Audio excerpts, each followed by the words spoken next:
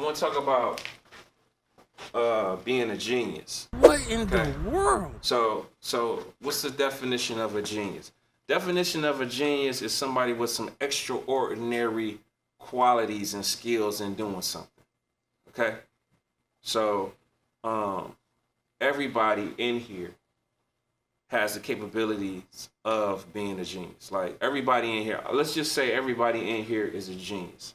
Okay? So if we talk about geniuses, we talk about Einstein. We heard of him and he's a genius. He invented this, he invented that, right? So Einstein has the same brain as you and me, okay? So the thing is that the thing with being a genius is that you're not a genius all the time. Okay, so you might people think that like you're a genius all the time, but you're not. So certain times you're a genius and certain times you're not.